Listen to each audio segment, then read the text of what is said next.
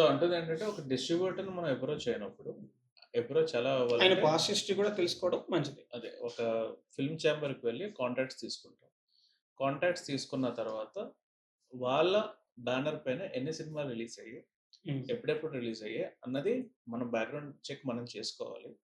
చేసుకొని వాళ్ళ contact numbers మాట్లాడి వాళ్ళకి ప్యాకేజ్ ఏమన్నా ఇస్తారండి? ఉంటుందండి. ఓకే. సో, ఎవరెవరు అంటే ఇప్పుడు మనకి ప్రమోషన్స్‌తో కలిపి అంటే వాళ్ళు కూడా కొన్ని ప్రమోషన్స్ ఉంటాయి. లైక్ అంటే థియేటర్‌కొచ్చేటప్పటికి పోస్టర్స్ అంటించడం గాని, లేదా ఆటో వెనకాతల అంటించడం గాని, అలానే కొన్ని బ్యానర్స్ ఎక్కడ పడితే అక్కడ పెట్టడం గాని ఉంటుంది.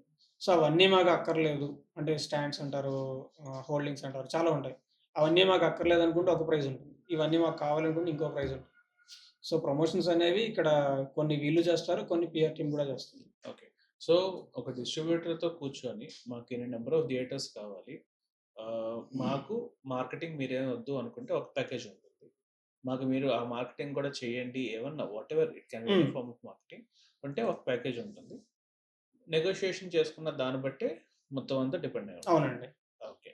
సో, ఇప్పుడు రిలీజ్ చేసేసారు. అమౌంట్ ఎంతో కట్టారు.